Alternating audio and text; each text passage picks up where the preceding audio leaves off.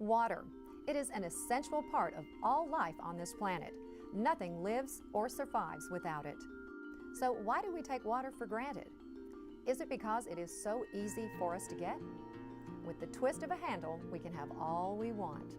But can that continue? Do we have enough for our future and our children's future?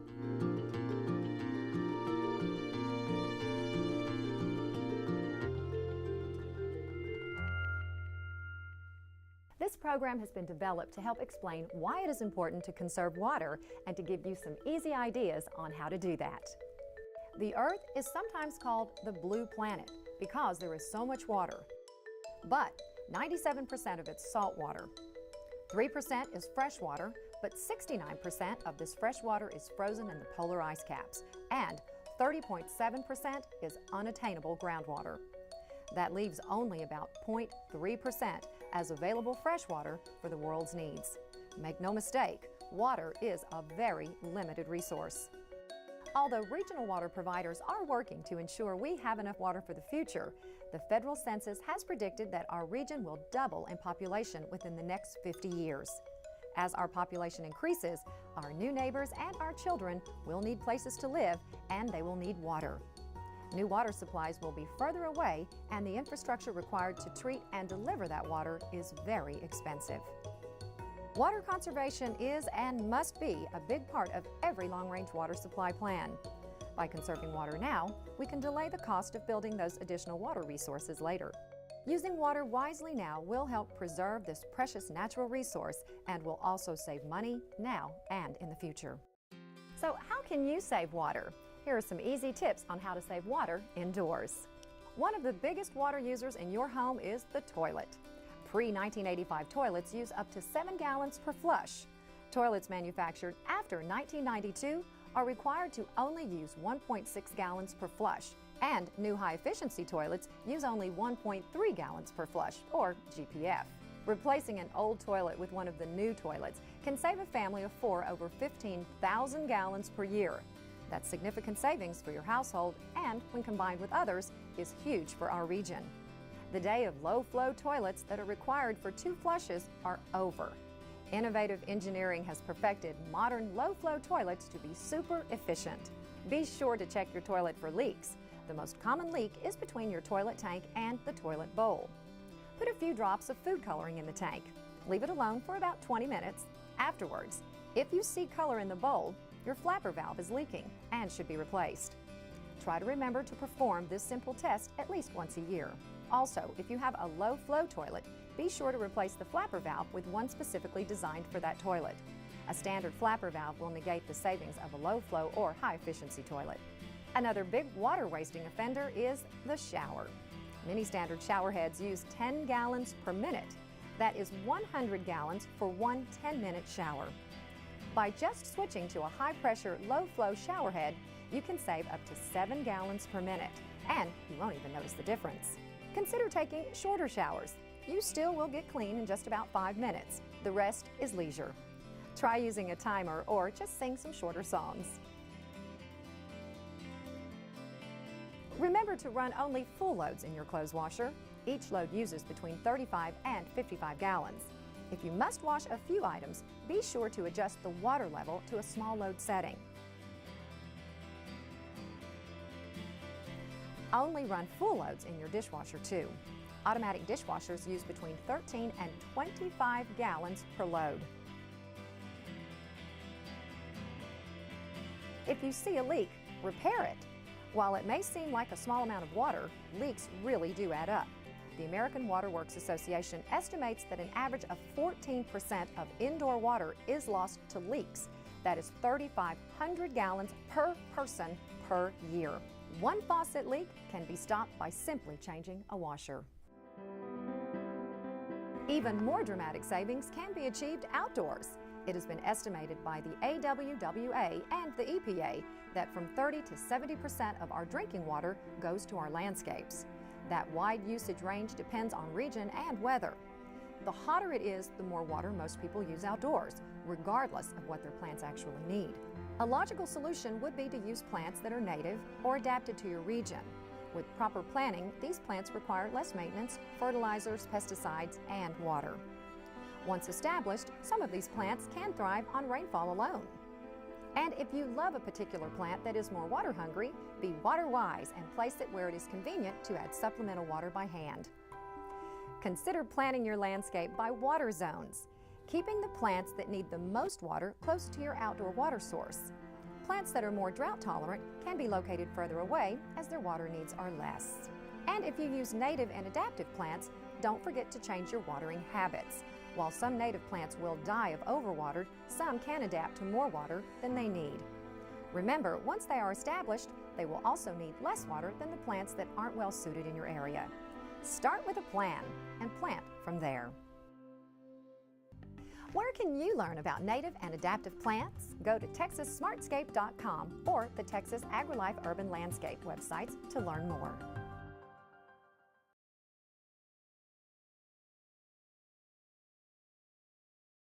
Did you know that water used on landscapes accounts for 30 to 70% of our total water use? Did you know the American Water Works Association estimates homes with automatic sprinkler systems use 35% more water than those without an in-ground system? That's a lot of water. So it's very important to understand how your irrigation system works. This short video will provide tips on how to maintain your system and make a few simple repairs. It's important to know the basics of the parts of an irrigation system. Let's take a look at the 5 most important parts. Sprinkler heads are the casing that connects to the pipe that holds the spray nozzle. They come in a variety of brands and sizes, but the 2 most basic types are spray and rotors. This video will focus on repairs to a spray head system. If your system has rotor type heads, refer to the manufacturer's website or call their customer service department. The spray head houses the nozzle that creates the pattern of the spray. These heads are grouped together to make watering zones. Spray nozzles also are designed for a variety of spray radius. That means how far the nozzle will throw the water. The ideal design has each spray head overlapping the neighboring spray nozzles. This is called head-to-head coverage. It is the very best way to get your entire landscape watered without dry or soggy spots. And if you find that your design has poor head-to-head coverage, you may need the assistance of a licensed irrigator to correct these deficiencies. The pipes are the water highway that delivers the water to each head. Then there are the valves. These are connected to the controller by wires. The electronic signal tells the valve to open, which sends water through the pipes to the sprinkler heads in each zone. The controller is the brains of the entire operation. It tells the valves when to open and let water through to the heads, and for how long to run each zone or station. Now, one last piece of equipment on your system is not very well known, but it is in fact very important. It is called the backflow prevention device. The backflow prevention device is found in the yard, usually near your water meter. This device prevents dirty water from siphoning back into clean water that comes into your home. Several common things can go wrong with any in-ground system. Some of these problems you can easily repair yourself using a few common household tools. There will be some repairs that will require the services of a state-licensed irrigator. The Texas Commission on Environmental Quality has a current list of licensed irrigators on their website, or you can call their office for a reference. In addition to the tools listed above, you may also need to buy a few replacement parts if something is broken. It is important to visually check your system periodically to make sure it is working properly. Now let's take a look at a few problems that can occur and how to correct them.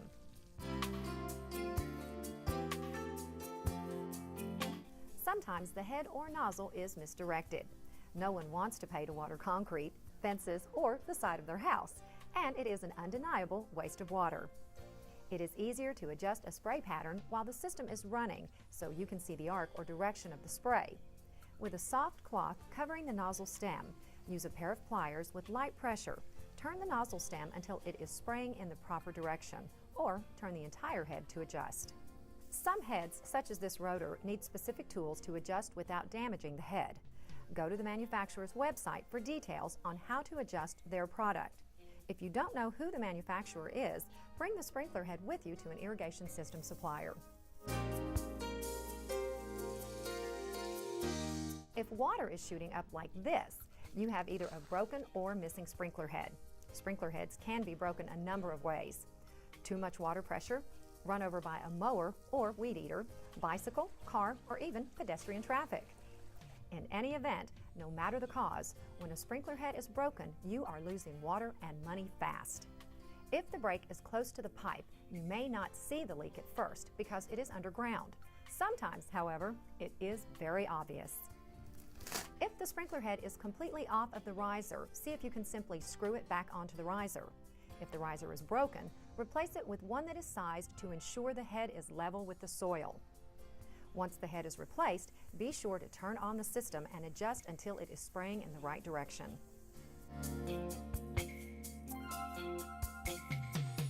Sometimes the cap on the sprinkler head is loose. Tighten the cap by hand to see if that fixes the problem. Occasionally, you may get a clogged nozzle.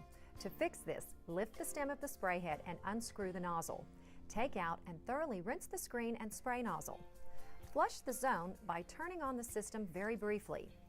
Reinstall the screen and spray nozzle. If the problem persists, replace with a new screen and spray nozzle.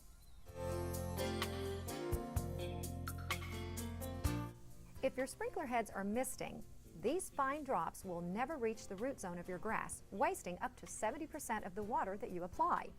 Most of this water will evaporate or blow away before it ever reaches the ground. This results when there is too much water pressure coming through your system. Water pressure isn't constant, and it may have changed since your system was installed. There may be many reasons why your system is misting, and an evaluation by a licensed professional would be the best place to start. He or she will be able to provide you with specific information and what options are available. These are just a few of the common problems that may occur with your system.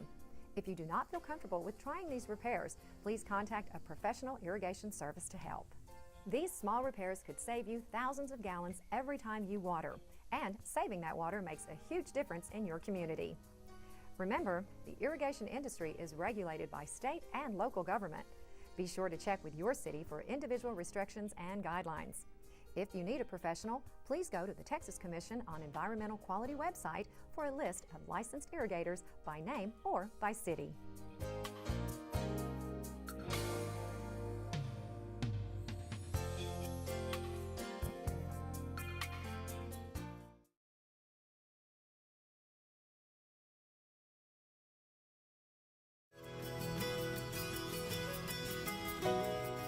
We all love green landscapes. According to experts, 30 to 70% of drinking water in Texas is used for outdoor irrigation. And your grass needs more water than just about anything else in the landscape. Automatic sprinkler systems offer great convenience in caring for your landscape. Rather than dragging a hose around, these systems will water your lawn for you on a time schedule that you can determine. That convenience does come with a cost. The American Water Works Association estimates households with automatic sprinklers use 35% more water than homes without in-ground systems. And unfortunately, a lot of that water is wasted. Almost everyone waters their lawns much more than is necessary, and many of us have inefficient watering habits. The key is to water only when your landscape needs it. Automatic systems water whenever their program tells them to, even right after it rains. If you don't have a rain sensor, they will even water when it's raining. Common turf grasses usually need only 1 inch of water every 5 to 10 days, even in their peak growing season. They need much less during the cooler seasons. Your controller doesn't know that. It only knows how to follow orders. If your automatic sprinkler controller is set to water the same all year, you're wasting a lot of water and potentially damaging the health of your plants. Turf grasses need the most water during their peak growing season, from April to September. But when temperatures begin to fall, most turf grasses begin to go dormant, so much less water is needed as the weather grows cooler. During the fall and winter months, your landscape requires very little water. Be sure to adjust your controller accordingly. You may even want to turn your controller off at this time and run your system on the manual setting. During the late winter months, December through February, most plants have gone completely dormant and require little or no supplemental watering. Normal rainfall will usually take care of your landscape's watering needs during these months. If you haven't already switched your system to manual, now would be a good time. In the absence of winter rainfall, watering once per month is enough to keep your plants healthy. In particularly warm and dry years, supplemental watering should begin when landscapes begin to awaken. The arrival of spring brings warmer temperatures and longer days. March, April, and May are typically the months when we see the most rainfall. Nature will frequently handle our spring watering needs without any help. If spring rainstorms don't come, or after they begin to wane, supplemental water from your sprinkler system will be needed. Before you turn on your automatic controller, check your system to see if you have any problem sprinkler heads or other maintenance issues. Also, rather than reusing your previous settings, be sure to check how much water your landscape can absorb at a time, watching for runoff. Adjust your schedule accordingly. During the summer months of June, July, and August, the days are longer and hotter. Many plants slow their growth due to stress from the heat. Adjust your irrigation schedule to provide the necessary water for the summer, noting any water use restrictions in your city. Water very early in the morning when the evaporation rates are at their lowest and there is little wind. Remember, even during this hot time of the year, your landscape should be watered deeply and infrequently to develop deep, healthy roots. By changing your watering schedule with seasonal weather conditions, you will lower your water bill and eliminate wasteful watering habits. Seasons change, and so should your watering schedule. Your landscape will be healthier, and you will be doing your part to save water in your community. It is the right thing to do for you and your landscape.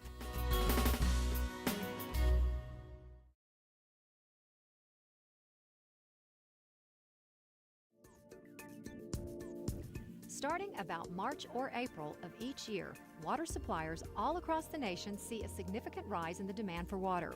It is no secret to those in the water business that landscape watering puts the greatest strain on any water system.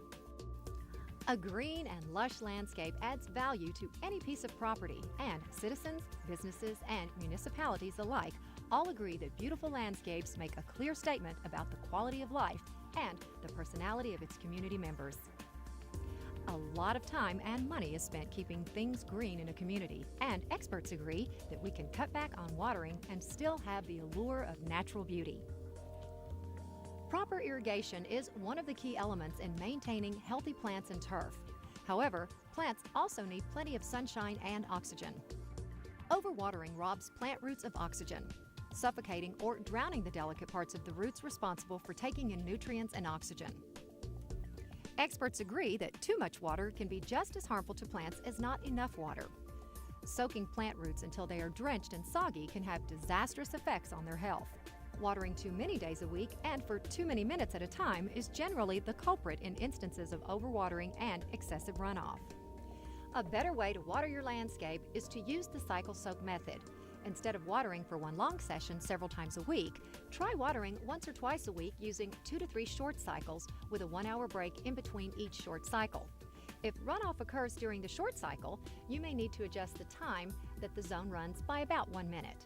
It may take a few adjustments, but you will soon see just how many minutes each zone can take before runoff occurs. This will allow the water that you apply to soak deep into the soil, promoting long, healthy plant roots and minimizing runoff. Another problem with watering too often for too long is that it creates very shallow root systems. As long as there is an abundance of water at the surface of your soil, plant roots will not run deep for moisture. When the very hot days of summer come around, these roots are too close to the surface and will burn. Long roots that reach down for their moisture are well protected from summer's scorching temperatures. Hydrate your plants as you would hydrate yourself, slowly and comfortably. After all, if you were thirsty, you wouldn't chug 5 gallons of water all at one time. So give your plants a fighting chance and give them the water they need by using the cycle soak method or irrigation. For more information on how to set your controller to water using the cycle soak method, contact the manufacturer of your controller or your local water conservation office.